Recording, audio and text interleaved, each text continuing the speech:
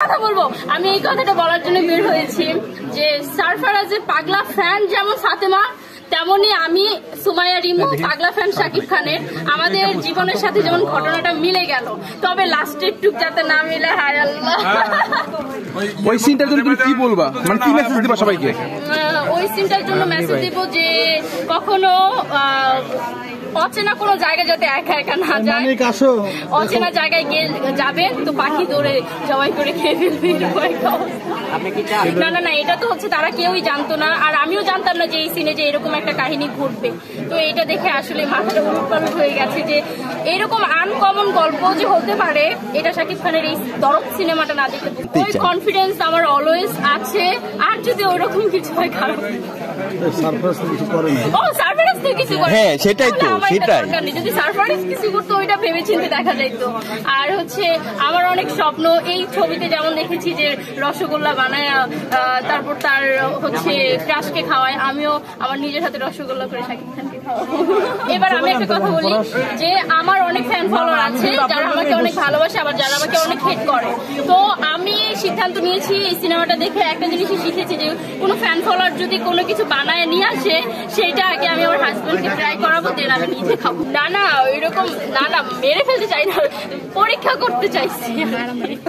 তাহলে তো একজন থাকবে বাঁচানোর মতো, তাই না?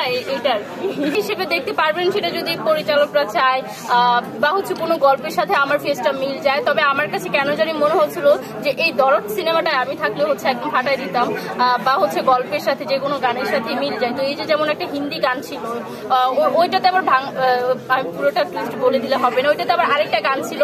তো ওই ক্যারেক্টারের সাথে কেন জানি মনে হচ্ছিল যে এখানে আমার মতো কোনো একটা মেয়ে যায়।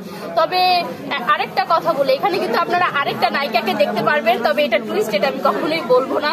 ওই নায়িকার অ্যাক্টিংটাও ভালো ছিল, মানে নতুন করে আবার ওই নায়িকার প্রেমে পড়ে গেছি। তো আমি এই কথাটা যখন আমার ফ্যান আমাকে বলছিল তখন আমি চিন্তা ভাবনা করছি আসলেই তো এই জায়গায় আমি থাকলে কেমন হইতো। আমি তো একটু কম বয়সী, বা ওই ড্রেসগুলো যে ড্রেসগুলো নায়িকা পরেছে ওই ড্রেসগুলো আবার আমার সাথে খুব মানাতো। তো সবকিছু মিলিয়ে আমি আমাকে ওই জায়গায় কল্পনা করেছি। খানের ছবি রিলিজ দিয়ে বুঝিয়ে দিয়েছে যে শাকিব খান আসলে একটা ব্র্যান্ড, ঈদ না তাকে সবকিছুই মানে তার ফ্যান যে আছে সেটা হচ্ছে ঈদ ছাড়াও মানুষ। যে দরদে যে তুফান সিনেমাটা দেখেছি, মানে কোনটা থেকে কোনটা কম না। তুফান যে দেখেছি ওটার অভিনয় থেকে আমার কাছে কেন জানি মনে হচ্ছে যে এটা একটু স্ট্রং অভিনয় ছিল, যে সে যে কোনো ক্যারেক্টারই রোল প্লে করতেছে সেই ক্যারেক্টারের সাথে সে একদম ঢুকে যাচ্ছে। মানে এটা যে হচ্ছে অভিনয় সেটা বোঝার কোনো কায়দা নেই। আর তাকে এত অস্থির লাগছে, যে কোনো গেটাপই তাকে হিরোর মতো লাগছে। মনে হয়েছে যে নতুন কোনো হিরো বা হচ্ছে কম বয়সী কোনো হিরো এই মুভিটা করতেছে। শাকিব খান এটা তো একদমই মনে হয় না। তো আমার কাছে মনে হয় যে এই ছবিটা দেখলে শাকিব খানের প্রতি সব মেয়েরা ক্রাশ। দরদ সিনেমার গান আমার হিন্দিটাই আমি পারি, ওইগুলো হচ্ছে কি যে আমি পারি কিন্তু আমার একটু ভুল আমি হিন্দিটাই শোনাবো ভাই। এটা তো নাচা জানি, হিন্দি গান তো।